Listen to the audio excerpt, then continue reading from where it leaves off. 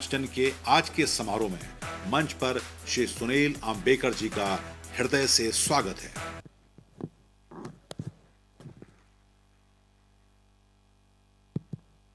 सुनील जी नमस्कार। पांचजन्य के इस मंच पर आपका स्वागत है। और सुनील जी 1990 में संघ के प्रचारक निकले थे और विज्ञान में निष्णात हैं, विज्ञान के विद्यार्थी रहे हैं और उसके साथ सामाजिक विज्ञान कैसे ठीक रहे इसके लिए आप गहरा काम कर रहे हैं। एक साइंस का स्टूडेंट ह्यूमैनिटी के लिए काम कर रहा है, ऐसे सुनील जी हमारे साथ हैं, तो जोरदार तालियां सुनील जी के लिए।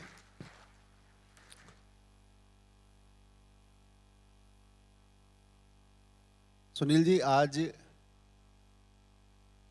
जैसा मैंने कहा था कि मकर संक्रांति का पर्व भी है और पत्रकारिता का भी एक पर्व है, आप इसे कैसे देखते हैं? सबसे प्रारंभ में तो मैं आज पांचजन्य के इस 75 वर्ष पूर्ण होने पर मैं बहुत सारी शुभकामनाएं देता हूं। पांचजन्य के इतिहास के बारे में तो यहाँ काफ़ी कुछ पहले ही कहा गया, लेकिन एक बात मैं ज़रूर कहूँगा कि निष्ठा के साथ इतने लंबे समय तक अपनी पत्रकारिता की धारा को बना के रखना, ये अपने आप में जब हम इधर उधर देखते हैं तो ध्यान में आता है कि ये अपने आप में पांचजन्य की बहुत बड़ी उपलब्धि है और इसके लिए ये अभिनंदनीय है।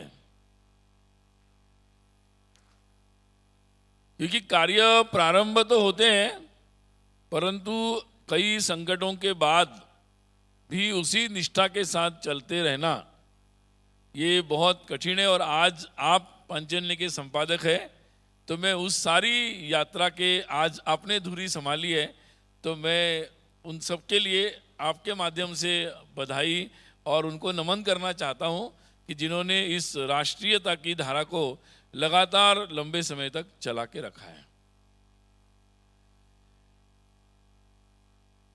देखिए, ऐसा है, मैं थोड़ा पर्व की बात करता हूं। आज मकर संक्रांति का दिन है और लोहड़ी, पोंगल, बिहू, ऐसे कई नामों से पूरा देश इसको मनाता है। आज उस निमित्त आप सबको मैं शुभकामना देता हूं। हमारे जितने पर्व है वो पर्वों को अगर हम देखेंगे तो वो अपने आप में विशेष है। मतलब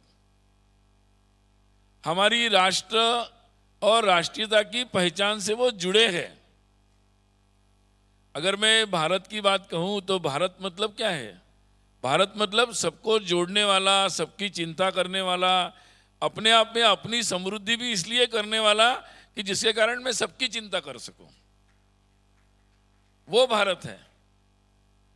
और इसलिए जिसमें सबकी समृद्धि हो और जिसमें सबकी खुशहाली हो, हमारे त्योहार भी उसी तरीके से जुड़े हुए हैं। आप संक्रांति का त्यौहार ले लो या हमारे सारे जितने भी त्यौहार हैं, आप दीपावली से शुरू करिए। महाराष्ट्र में एक पोला नाम का त्यौहार होता है, वो बैलों के साथ मनाया जाता है क्योंकि वो खेती में काम करते, उनके प्रति अपनी एक उनका जो समर्पण है उसके प्रति अपनी श्रद्धा को व्यक्त करने के लिए वो त्यौहार है। उस दिन बैलों की पूजा होती है और अलग अलग स्वरूप में देश भर में ये मनाया जाता है। ये हमारे जो सारे त्यौहार हैं वो पर्यावरण से जुड़े हैं, हमारी खेती से जुड़े हुए हैं और आजकल पर्यावरण की चर्चा बहुत हो रही है। पूरी दुनिया के बड़े बड़े मंचों पर पर्यावरण की चर्चा हो रही है और चिंताएं की जा रही है। लेकिन आवश्यकता ये है कि राष्ट्र अपनी संस्कृति ऐसा बनाए जिसके और उस संस्कृति को में त्योहारों को ऐसा जोड़े जिसके कारण हमें पर्यावरण का स्मरण रहे। नदी, पहाड़, पानी, पशु, पक्षी, सबके प्रति एक कृतज्ञता का भाव लगातार चलता रहे। उसका नित्य स्मरण हो। तो मुझे लगता है कि इस दृष्टि से हमारे जो पर्व है वो इसी से जुड़े हुए हैं।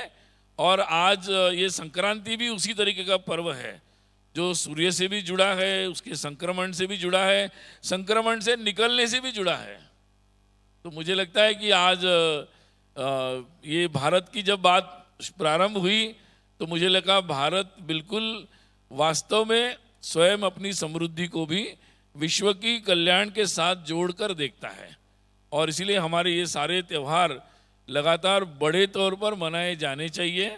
और उन त्योहारों में कोई बाधा किसी को लाने की कोशिश करता है तो उसको वैसा नहीं करने देना चाहिए, सबको साथ में खड़े होना चाहिए। और पांचजन्य में लगातार ऐसे सारे त्योहारों को मैं कई पुराने अंक देख रहा था, लगातार इसको बहुत अच्छे गौरवपूर्ण भाव से व्यक्त किया है, सकारात्मक लिखा है। और इसके लिए मैं आप सबको इस नेक कार्य के लिए बहुत बधाई देता हूँ। बहुत धन्यवाद सुनील जी। मैंने पत्रकारिता की बात की थी, पर्व के साथ की थी, मगर पत्रकारिता के प्रश्नों की बजाय आपने पर्व की तरफ पूरा विषय ले गए। बिल्कुल बिल्कुल। तो अब मैं फिर कुछ बात करता हूं कि पर्व से जुड़ा हुआ जो नैरेटिव है, जो भारतीय संस्कृति के पर्व हैं उनका जो मूल भाव है उससे अलग एक नैरेटिव चलाया जाता है।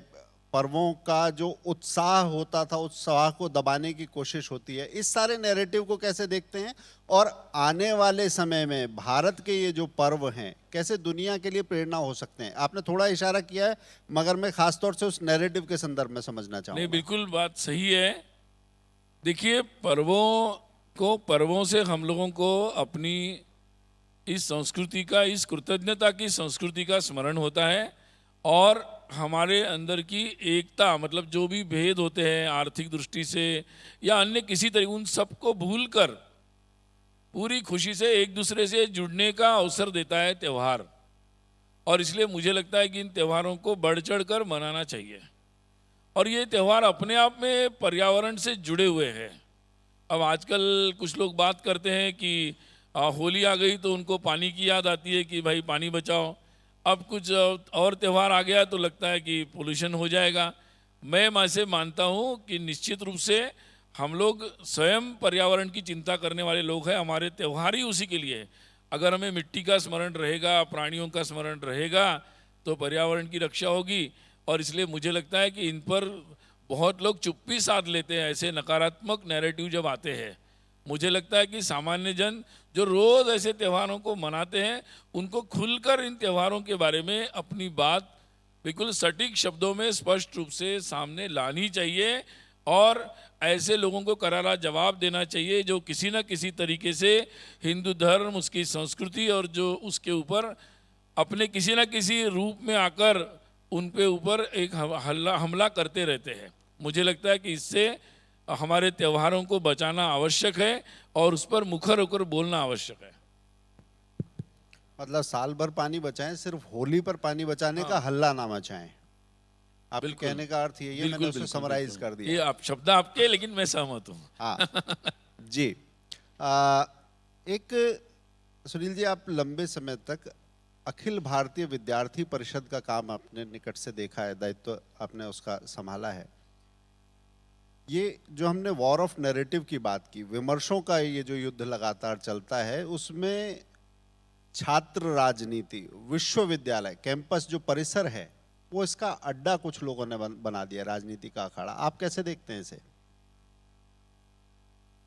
ऐसा है कि हम लोकतंत्र में हैं और हमारा देश में हमेशा युवाओं की बड़ी एक भागीदारी रही है। जितने भी हमारे समाज की, अगर हम परिवर्तन के जितने भी मुद्दे देखेंगे उसमें हमारे देश के युवाओं ने बढ़ चढ़कर हिस्सा लिया है। और उनका देश के हित से सरोकार होना बहुत आवश्यक है। देश के मुद्दों से युवाओं का जोड़ना बहुत आवश्यक है।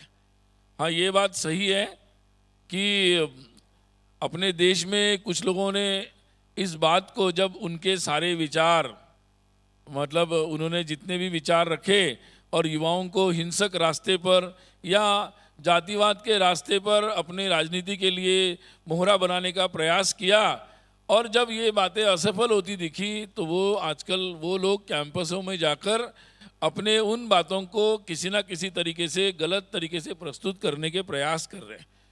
ऐसे प्रयासों का परिणाम स्वरूप ये हुआ है कि कुछ लोग विद्यार्थियों को, युवाओं को कैंपस में ऐसे विषयों, गलत विषयों को उठाकर अपने विचारों का अड्डा बनाने का प्रयास कर रही है। ये निहायत गलत है।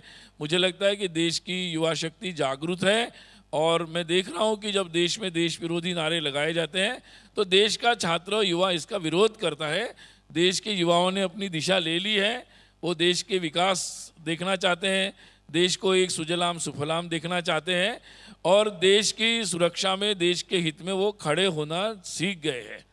तो मुझे लगता है कि ये एक बहुत ही अच्छा समय चल रहा है जब पूरे युवाओं के अंदर ये संकल्प है और मुझे नहीं लगता कि जो लोग ऐसे गलत दिशा में युवाओं को वर्गलाना चाहते हैं उनके इरादे किसी तरीके से सफल हो पाएंगे।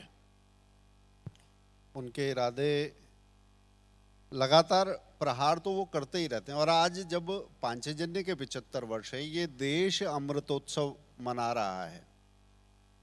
एक प्रश्न और जो संघ से बार बार पूछा जाता है, 75 वर्ष हुए, स्वतंत्रता मिली, इस देश की आजादी में, इस स्वतंत्रता में संघ का सहभाग आप कैसा देखते हैं? ऐसा है कि कुछ लोग कहते हैं कि संघ का कुछ योगदान नहीं है इसमें। ऐसा है, एक तो मुझे नहीं लगता कि राष्ट्रीय स्वयंसेवक संघ जो जाना ही जाता है देशभक्ति के लिए, जो जाना ही जाता है देश के लिए समर्पित होने के लिए, मुझे लगता है कि इसके तो संघ को इसके बारे में जवाब देने की मुझे लगता है आज कोई आवश्यकता नहीं है। देश की सामान्य जनता इसको बखूबी जानती है। हाँ, कुछ लोग नहीं जानते तो मैं उनको, वो मेरे पास आ जाएंगे तो मैं उनको डिटेल में बता सकता हूँ। मुझे लगता है कि देश के सामान्य जन इसको बखूबी जानते हैं। देखिए, संघ की स्थापना ही जब हुई तो उसका उद्देश्य ही इस देश की सेवा करने के लिए और देश पर जितने भी आघात हो रहे हैं उससे देश को बचाने के लिए संघ की स्थापना हुई थी और संघ का उद्देश्य ही देश की स्वतंत्रता था। हाँ, अगर संघ को राजनीति करनी होती तो डॉक्टर हेडगेवार जी जो संघ के संस्थापक थे वो एक राजनीतिक दल की स्थापना करते हैं। उन्हें ये स्पष्ट था कि देश में राजनीति की जो आवश्यकता है वो शायद उस समय कांग्रेस पूरी कर रही है या और भी कई सारे प्रयास हो रहे हैं। आवश्यकता ये थी कि उसके साथ साथ एक मनुष्य निर्माण का कार्य प्रारंभ हो और इसीलिए राष्ट्रीय स्वयंसेवक संघ का प्रारंभ हुआ और इसलिए स्वयंसेवक इन सारे जितने भी स्वाधीनता के राजनीतिक कार्य थे उन सब में वहाँ उस समय जो जो मंच थे और विशेषकर कांग्रेस उसके ही बैनर में लगातार सहभागी हो रहे थे।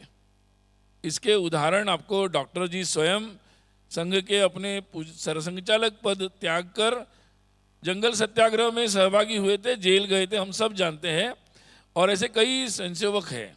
मैं स्वयं विदर्भ क्षेत्र का हूँ।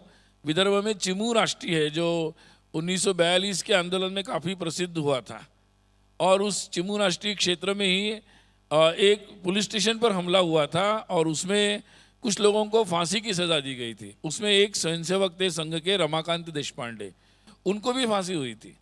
लेकिन फांसी बाद में फिर वातावरण बदला और फिर वो फांसी निरस्त हो गई थी। वही रमाकांत देशपांडे ने बाला साहेब देशपांडे हैं और जिस स्वयंसेवक ने जाकर बाद में वनवासी कल्याणाश्रम की स्थापना की। अब ये और उन दिनों जो सारा संघ का कार्य था तो विदर्भ में, मध्य प्रदेश के कुछ क्षेत्र में, कुछ आसपास के क्षेत्र में ज़्यादातर कार्य था। उस क्षेत्र में आप चलेंगे, मैं तो उसी क्षेत्र का हूँ, तो मुझे लगता है हर जिले में आप जाएंगे तो आपको संघ के स्वयंसेवकों के सहभाग की बातें मिलेगी। और इसलिए ये प्रश्न वो सब किसी को नहीं है कि संघ क्या कर रहा था। 5 अगस्त 1947 को श्री गुरुजी कराची में थे। कराची में 5 अगस्त 1947 डेट अंडरलाइन करनी जैसी है। तो वहाँ संघ का कार्य था और पूरे हिंदू समाज की रक्षा होनी चाहिए, इसके लिए केवल स्वयंसेवक नहीं, उसके सरसंघचालक श्री गुरुजी भी वहाँ उपस्थित थे 5 अगस्त 1947। तो मुझे लगता है कि ये प्रश्न आज बिल्कुल अप्रासंगिक है और जिसका कोई भी तुक नहीं बनता है। और अब 75 वर्ष हो गए स्वाधीनता को, ये भी देखना चाहिए कि देश की संविधान की किन्होंने तोड़ मरोड़ा और किन्होंने देश पर इमरजेंसी लगने पर संविधान को पुनर्स्थापित किया। ये देखना चाहिए कि देश पर जितने भी हमले हुए तो उस समय संघ कहाँ था और बाकी लोग कहाँ थे। तो ये मुझे लगता है कि बहुत विस्तार से समझने की बात है। और पूरा देश की सामान्य जनता ने संघ के कार्य को स्वीकार किया है। आज देश के हर कोने में, लगभग हर जिले में संघ के साथ सारा समाज आज जुड़ा हुआ है और समाज के नेतृत्व में समझ के संघ के स्वयंसेवक लगातार देश को आगे बढ़ाने के कार्य में लगे हुए हैं। सुनील जी, आपने एक पक्ष, आपने, मुझे लगता है कि वो धुंध आपने काफ़ी हद तक साफ कर दी। पांचजन्य का अभी जो पिछला कार्यक्रम था वो हमने गोवा में किया, और गोवा मुक्ति आंदोलन पर जब हम शोध कर रहे थे, एक फिल्म हमने उसका फर्स्ट कट रिलीज किया है वहाँ पर, तो मुझे लगता है गोवा की जो स्वतंत्रता की लड़ाई है वो भी संघ का जो स्वतंत्रता आंदोलन में सहभाग है उसकी एक अगली कड़ी है। क्योंकि गोवा जब तक स्वतंत्र नहीं हुआ था, देश स्वतंत्र हुआ मगर गोवा को आज़ादी नहीं मिली थी। और 1955 में जब वहाँ स्वयंसेवक आगे बढ़े तो लोग कहते हैं कि क्या किसी ने गोली खाई, बसंतराव ओक जी को पहली गोली लगी थी, दूसरी गोली पंजाब के हरनाम सिंह को लगी थी, तीसरी गोली उज्जैन के राजा भाऊ महाकाल को लगी थी। वाकनकर जी को उसका नेतृत्व करने के लिए जाना था। तो मुझे लगता है कि वो भी समग्रता में देखने की आवश्यकता है। ऐसा है कि मैंने कहा कि संघ तो कार्य करता है और कार्य करने में विश्वास रखता है। ये राजनीतिक तरीके से बार बार इन बातों के जवाब देने में संघ ज़्यादा विश्वास नहीं करता है। अब अगर बात समझनी है तो ये जहाँ सामान्य लोगों के साथ संघ के कई स्वयंसेवक दादरा नगर हवेली के मुक्ति संग्राम में, गोवा के मुक्ति संग्राम में, और जो निज़ाम के राज में जो अत्याचार वहाँ हैदराबाद के स्टेट में हो रहे थे उसमें भी पूरे समस्त स्थानीय लोगों के साथ, हिंदू समाज के साथ खड़े होने का कार्य स्वयंसेवकों ने किया। इसकी एक बहुत बड़ी गाथा है और बहुत सारे आपने कुछ नाम लिए हैं और ऐसे बहुत सारे नाम हर आंदोलन के हैं। ये सब बातें इतिहास में दर्ज है। मुझे लगता है कि जैसे जैसे समय आगे बढ़ रहा है धीरे धीरे स्वाधीनता के आंदोलन के बहुत सारे पक्ष सामने आ रहे हैं।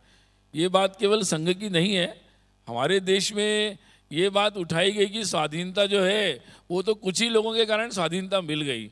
बहुत सारे ऐसे लोग हैं, अनगिनत लोग हैं कि जिनको हम अनसंग कह सकते, जिनको बारे में उल्लेख ही नहीं हुआ। ऐसे बहुत सारे लोग हैं, केवल संघ के स्वयंसेवक नहीं, बहुत सारे लोग हैं। बड़े बड़े नेताओं को भी इस प्रताड़ना का सामना करना पड़ा है। सुभाष चंद्र बोस जी के बारे में हम समझ सकते हैं। ऐसे बहुत सारे लोग हैं, कई सारे जनजाति नेता हैं। अभी हमें पता नहीं था कि मणिपुर के राजा को भी स्वाधीनता आंदोलन के कारण अंडमान में भेजा गया था और उनको जेल में वहाँ रखा गया। ये बहुत सारे अंक हैं और जानबूझकर जिनको अंडरमाइन किया गया, छुपाया गया, ऐसे बहुत सारे स्वाधीनता के आंदोलन के पहलू हैं। मुझे लगता है इस स्वाधीनता के अमृत महोत्सव के निमित्त ऐसे बहुत सारे वीरों के बारे में जानने का देश को मौका मिला है और आने वाले समय में हर जिला से, हर जगह से ये बात सामने आ रही है और उससे एक ही निष्कर्ष निकल रहा है कि पूरा देश के हर कोने से लोग लगे थे स्वाधीनता आंदोलन में। स्वाभाविक है कि देशभक्ति के साथ लगातार सक्रिय स्वयंसेवक भी उनके साथ कंधे से कंधा मिलाकर सक्रिय रूप से सहभागी थे। जी, आपने कहा कि इसमें से कई पहलुओं का अभी सामने आना बाकी है। मैंने संघ के सहभाग की बात की, इसका एक दूसरा पहलू और आता है, बार बार प्रश्न आता है, आज आप उसका उत्तर दे ही दीजिए। कहते हैं कि संघ ने भगवा ध्वज को गुरु माना है, संघ के मन में तिरंगे का आदर नहीं है। ऐसी बात, आक्षेप बहुत सारे लोग लगाते हैं। हालांकि मेरे पास तथ्य, अभी जब गोवा का जो मैंने रेफरेंस लिया, एक मेरे पास है, बाकी आप मुझे समझाइएगा थोड़ा सा। लोग जानना चाहेंगे, क्योंकि जब हरनाम सिंह के हाथों में से तिरंगा गिर रहा था गोली लगने के बाद, तो राजा भाऊ महाकाल ने उस तिरंगे को संभाला था। इस तिरंगे के लिए संघ के मन में कैसा भाव है? जो लोग कहते हैं संघ तिरंगे से कतराता है, क्या वास्तव में ऐसा है? ऐसा है कि मुझे लगता है कि स्वाधीनता के पश्चात इस देश ने संविधान को अपनाया, संवैधानिक चिन्हों को अपनाया। वो देश के हर नागरिक के लिए, जिसमें संघ के स्वयंसेवक भी शामिल है, स्वयं संघ भी शामिल है, उन सब के लिए वो उतने ही आदर हैं, आदर के पात्र हैं, हमारे स्वाभिमान के प्रतीक है।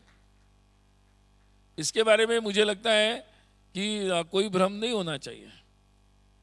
ऐसा है कि स्वाधीनता के हमारा देश हजारों वर्षों का है।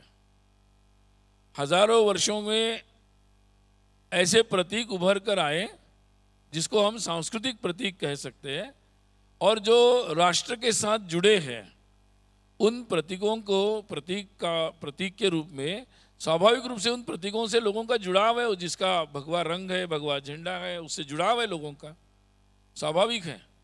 अर्थात समय समय पर जो जो राज्य बनते हैं उसके जो प्रतीक होते हैं उसका सम्मान है।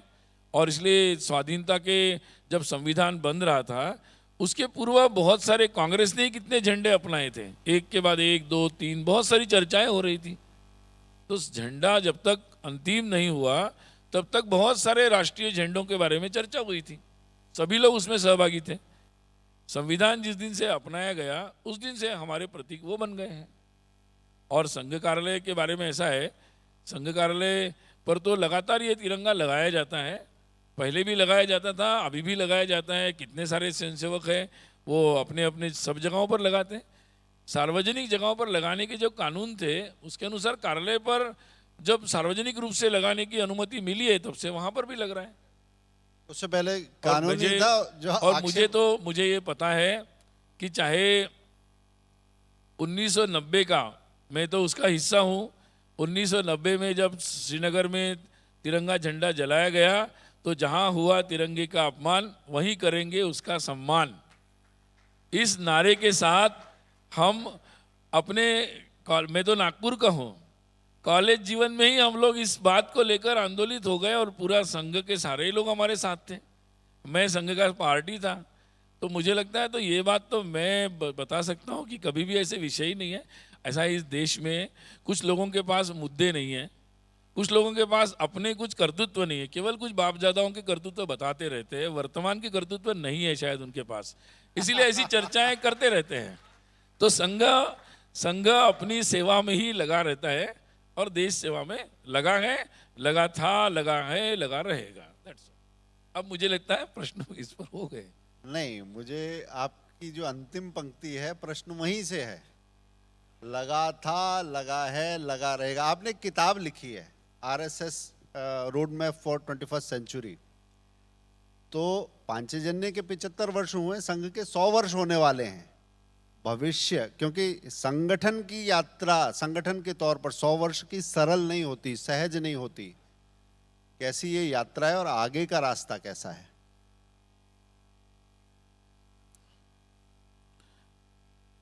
ऐसा है कि डॉक्टर जी ने जब 1925 में संघ की स्थापना की तो उनके मन में बहुत स्पष्ट विचार था कि इस देश के लिए, अगर हम इस देश को एक महान देश बनाना चाहते हैं तो वह एक दो लोगों से, किसी नेताओं के भरोसे या किसी एक व्यक्तियों के भरोसे, किसी एक घटना के भरोसे नहीं होगा। तो देश के हर नागरिक को, और वो भी सीजनल नहीं, मतलब प्रासंगिक नहीं, तो नित्य रूप से देश सेवा में लगना होगा, उसका ये स्वभाव बनना पड़ेगा, तभी ये देश लगातार निरंतर रूप में आगे बढ़ेगा। इसलिए संघ में हम लोग कहते हैं कि हम लोगों का कोई भी पंचवार्षिक कार्यक्रम नहीं रहता है। 5 साल में चुनाव आते हैं ना, पंचवार्षिक कार्यक्रम नहीं रहता है। संघ का कार्यक्रम दूरगामी कार्यक्रम है, लंबे समय तक चल रहा है। और इसीलिए उन्होंने राजनीतिक दल की नहीं, एक सामाजिक संगठन की स्थापना की राष्ट्रीय स्वयंसेवक संघ, और वहीं से इसकी यात्रा शुरू हुई जहां सब समान है, सभी को अवसर है और सब मिलकर चलेंगे। स्वाभाविक है कि जब संघ में संचलन होता है तो कदम से कदम मिलने में कष्ट होता है, लेकिन जोर इसी पर रहता है कि कदम से कदम मिलकर चलेंगे तो जरूर निश्चित कार्य होगा। संघ की आगे की यात्रा ये है और सपना ये है कि पूरा देश कदम से कदम मिलाकर चले, और इसीलिए आज देश के हर कोने में संघ का कार्य पहुंचाने का कार्य हुआ है। इस यात्रा में जितने भी संकट आए उससे स्वयंसेवकों ने उसको बहुत धीरता के साथ उसका सामना किया और बिना किसी के साथ द्वेष रखते हुए फॉरगेट एंड फॉरगिव के तत्व के साथ आगे बढ़ते चले गए। आज संघ ने जितने भी कार्यकर्ता निर्माण का जो निरंतर कार्य किया उसका परिणाम है कि स्वयंसेवक जीवन के हर क्षेत्र में जाकर देश सेवा के बहुत अलग अलग तरीके के कार्य कर रहे हैं। आने वाले समय में पूरे देशवासियों का जो सपना है कि हमारे देश को आगे बढ़ाना है, खुशहाली लानी है, और उस दृष्टि से संघ के स्वयंसेवक आने वाले समय में जितने भी जीवन के क्षेत्र होंगे वहाँ जाकर कार्य करते रहेंगे और समाज के साथ मिलकर, इसलिए संघ के नई नई पहल संघ कर रहा है जिसमें समाज के विभिन्न प्रकार के समुदायों, लोगों, संगठनों सबके साथ मिलकर कई प्रकार की पहल की जा रही है। आने वाले समय में ऐसी सैकड़ों पहल होगी और ये कार्य आगे बढ़ेगा। कल्पना यही है कि समाज नेतृत्व करे और स्वयंसेवक उनके साथ कंधे से कंधा मिलाकर उनके सहयोग के लिए खड़ा रहे। इसी कल्पना के साथ, और ये घटना कुछ जगह न हो, देश के हर कोने में हो, इसलिए संघ कार्य को देश भर में पहुंचाना है।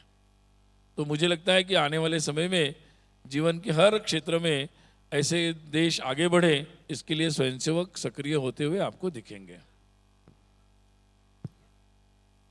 जीवन के हर क्षेत्र में स्वयंसेवक आगे बढ़ते हुए दिखेंगे, परंतु मैं संघ का जैसे अगर हम अनफोल्डमेंट देखें काम का, तो हर समय उसका एक फोकस एरिया होता है। एक समय सूत्रवाक्य था संगठन के लिए संगठन। आज जब हम बात करते हैं 2 वर्ष बाद संघ का शताब्दी वर्ष होगा, संघ का वो फोकस एरिया क्या रहा है और किस क्षेत्र में संगठन का कार्य का व्याप कैसा है, फोकस एरिया समझना चाहूँगा मैं।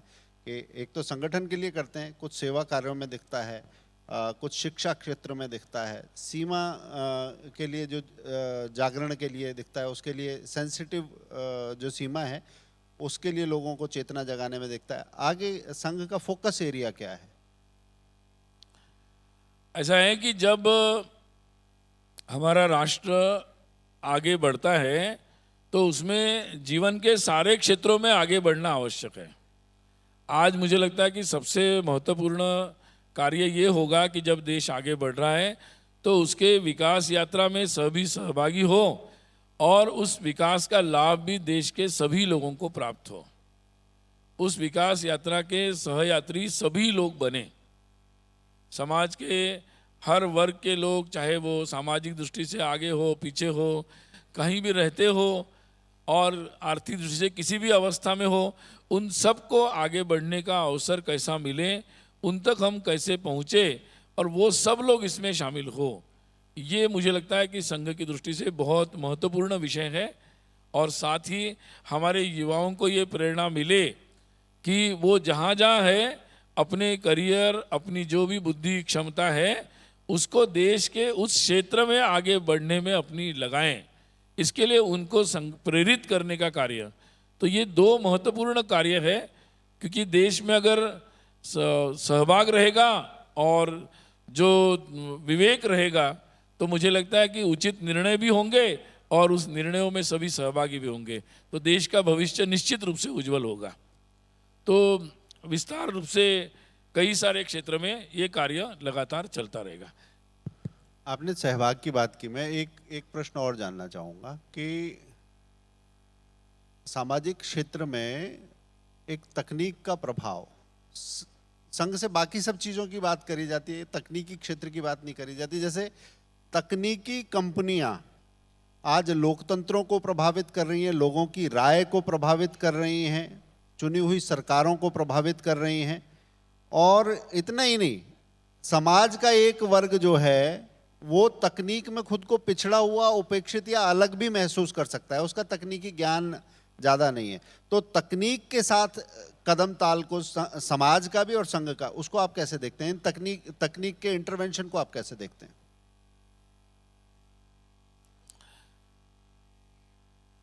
ऐसा है, मैं टेक्नोलॉजी का तो एक्सपर्ट नहीं हूं, और कॉलेज में भी मैंने बायोलॉजिकल साइंस लिया था। ऐसा है कि टेक्नोलॉजी का जो चॉइस है, वो चॉइस ऑफ टेक्नोलॉजी, हम कौन सी तकनीकी लेंगे, इसका निर्णय महत्वपूर्ण है, क्योंकि तकनीकी तो हर तरह की आ रही है। अब इसका निर्णय रोबोट नहीं कर सकते हैं, इसका निर्णय देश के हित में ऐसा हो कि जिसमें मैंने जैसे कहा कि जो सबको सहभागी कर ले, विकास यात्रा में सबको जोड़ ले। अब एक समय था कि मनुष्य के लिए तकनीकी नई नई आ रही थी हर तरह की, इस सारे 100 वर्षों में, तो जैसे जो आ रही है उसको वरदान मानकर ही लोग ले रहे थे। आने वाले समय में अब मनुष्यों को और खासकर भारत जैसे देश को ये सोचने की आवश्यकता है कि कौन सी तकनीकी हमारे देश के भविष्य के हित में है, जिसमें सभी सहभागी हो सकते हैं, और उसका चयन सही तरीके से होना चाहिए। ये मुझे लगता है सबसे महत्वपूर्ण है। तकनीकी का अर्थ सभी का सहभाग के साथ अगर हो तो फिर काफ़ी अच्छा हो सकता है। बाकी बहुत सारे पहलू हैं। मैं एक बात पत्रकारिता के बारे में ज़रूर कहना चाहूँगा। मतलब मैं प्रश्न पूछूं उससे पहले ही आपने? हाँ जी, हाँ जी, ये बात चर्चा ज़रूर होनी चाहिए। जब हम पांचजन्य के 75 वर्ष मना रहे हैं,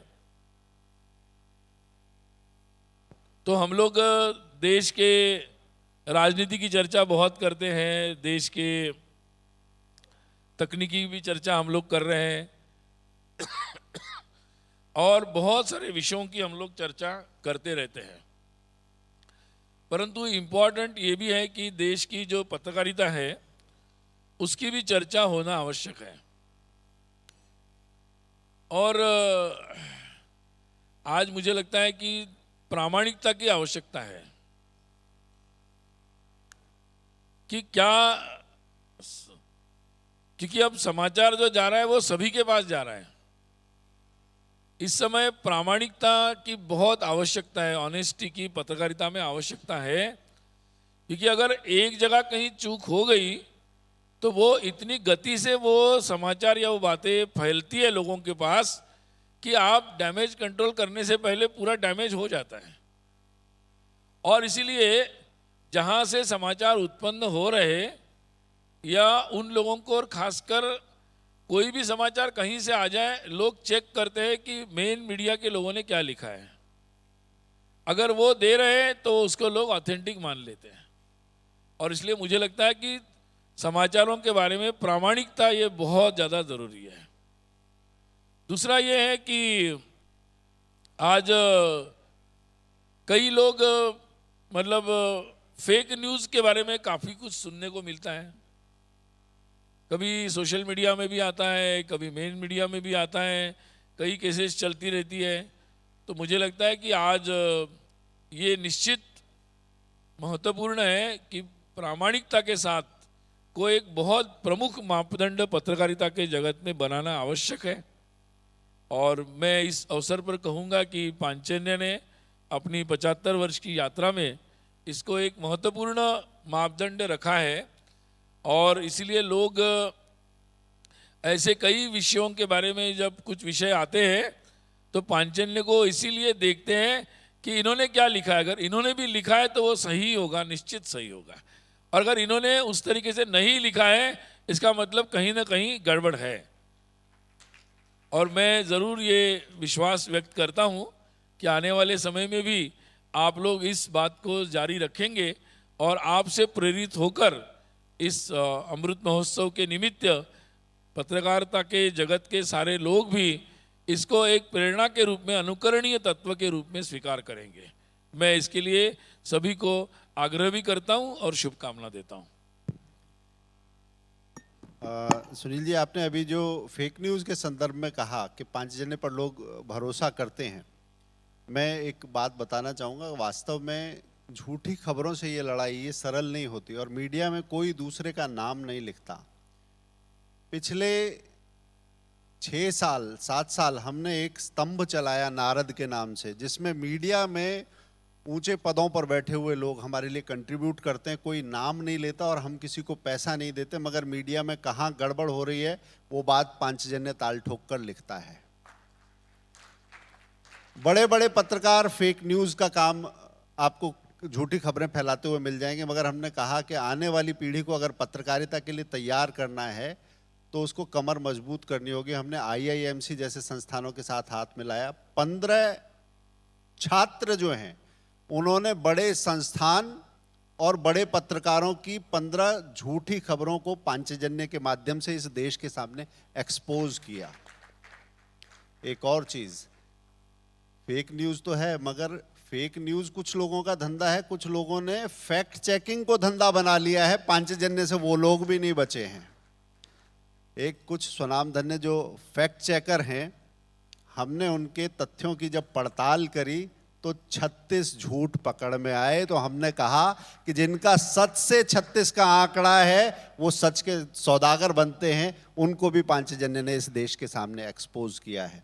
आपकी बात हमें ध्यान रहेगी, क्योंकि हमारी पत्रकारिता का ये संकल्प है कि पहले तथ्य लाओ, फिर उसके बाद आप उसकी रिपोर्ट बनाओ, आप उसके लिए टीवी शो करो, किसी भी माध्यम से सिनर्जी में आप अलग अलग इस्तेमाल करो, मगर पहले तथ्यों की बात करो।